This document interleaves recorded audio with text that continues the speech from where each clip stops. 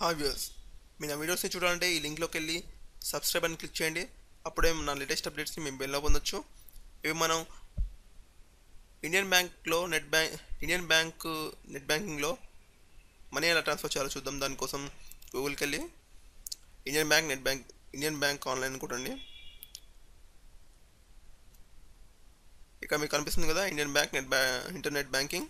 దాన్ని క్లిక్ చేసి ఓపెన్ చేయండి. ఓపెన్ చేస్తే మీకు ఇక్కడ లాక్ సింబల్ ఒకటి కనిపిస్తుంది కదా, lock symbol and Indian bank అనేది లైట్ గ్రీన్లో ఉంటుంది. అప్పుడు మాత్రమే మీరు ఓపెన్ చేయండి. ఈ వెబ్సైట్లో మాత్రం ఓపెన్ చేయండి. ఇక్కడ మీరు చూస్తే personal banking, digital online, corporate banking ఉంది. పర్సనల్ బ్యాంకింగ్ అనమాట. పర్సనల్ బ్యాంకింగ్లో క్లిక్ చేయగానే మీకు సెపరేట్ విండో ఓపెన్ అవుతుంది. అక్కడ మీరు ఐ అగ్రీ క్లిక్ చేస్తే మీకు ఇలా వస్తుంది. లాగిన్ యూసర్ నేమ్ క్లిక్ చేసి లాగిన్ అని ప్రెస్ చేసి పాస్వర్డ్ అవుతుంది. అలా చూసుకున్న తర్వాత ఇప్పుడు మీ దగ్గర లాగిన్ ఐడి ఉన్న యూసర్ నేమ్ లేదు, పాస్వర్డ్ లేదు. దానికి మీరు ఏం చేయాలంటే రిజిస్టర్ ఆన్లైన్ మీద క్లిక్ చేయండి. క్లిక్ చేస్తే మీకు ఇక్కడ CIF number or account number or mobile number అడుగుతుంది. దాని తర్వాత సబ్మిట్ అని క్లిక్ చేస్తే మీకు ఓటీపీ వస్తుంది. అంటే మీ అకౌంట్ డీటెయిల్స్ అన్నీ కరెక్ట్గా ఉంటే మాత్రమే వస్తుంది. లేకపోతే మీరు మీ బ్రాంచ్కి వెళ్ళి మీరు అక్కడ అప్లై చేసుకొని వాళ్ళకి ఇస్తే మీకు యూసర్ నేమ్ పాస్వర్డ్ ఇస్తారు వాళ్ళు. అప్పుడు మాత్రమే మీరు చేయగలరు. అప్పుడు మీరు పర్సనల్ బ్యాంకింగ్ మీద క్లిక్ చేస్తే ఇలా వస్తుంది. అగ్రీ మీద క్లిక్ చేసిన తర్వాత యూసర్ నేమ్ క్లిక్ చేయాలి. లాగిన్ అయిన తర్వాత మీకు ఇలా కనిపిస్తుంది. ఇక్కడ మీ నేమ్ అనేది కనిపిస్తుంది. ఇక్కడ మీరు చూసుకుంటే అకౌంట్ ఏంటి, సేవింగ్స్ అకౌంటా, కరెంట్ అకౌంటా, account number and credit balance, debit balance and book balance అని కనిపిస్తున్నాయి మీకు.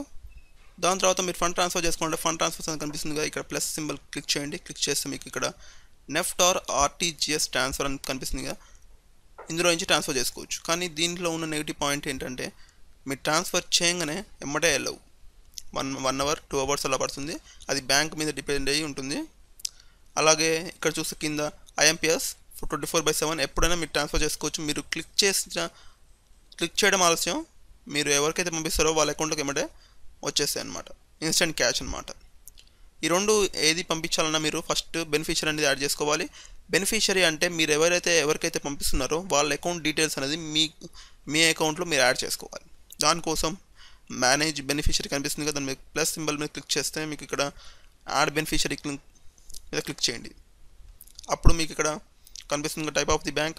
ఇండియన్ బ్యాంక్ వాళ్ళకే పంపించాలి, సేమ్ బ్యాంక్కి పంపించాలంటే ఇండియన్ బ్యాంక్ అని క్లిక్ చేయండి. అదర్ బ్యాంక్ అయితే అదర్ బ్యాంక్ అని క్లిక్ చేయండి. దాని తర్వాత మీకు కనిపిస్తుంది ఇక్కడ బ్యాంక్ నేమ్, బ్రాంచ్ నేమ్. ఈ రెండు మీకు తెలియకపోతే IFSC code, beneficiary Nick name, beneficiary name, account number, మళ్ళీ అకౌంట్ నెంబర్ టైప్ చేసి సేవింగ్స్ అకౌంటా, కరెంట్ అకౌంటా అనేది సెలెక్ట్ చేసుకొని బెనిఫిషియరీ అడ్రస్, దాని తర్వాత పిన్ కోడ్, వాళ్ళ మొబైల్ నెంబర్, వాళ్ళ ఈమెయిల్ ఐడి, వాళ్ళ రిలేషన్ ఏంది, మీకు రిలేషన్ ఏంటి వాళ్ళు క్లిక్ చేసుకొని యాడ్ అని క్లిక్ చేస్తే మీకు యాడ్ అయిపోతుంది. దాని తర్వాత మీరు ఫండ్ ట్రాన్స్ఫర్స్లోకి వెళ్ళి నెఫ్ట్ ఆర్ ఆర్టీజీఎస్ మీద క్లిక్ చేస్తే మీరు ఇక మీకు కనిపిస్తుంది type of the transfer, RTGS NEFT అయితే నెఫ్ట్ మీద క్లిక్ చేయండి. ఆర్టీజీఎస్ అయితే ఆర్టీజీఎస్ అని క్లిక్ చేయండి.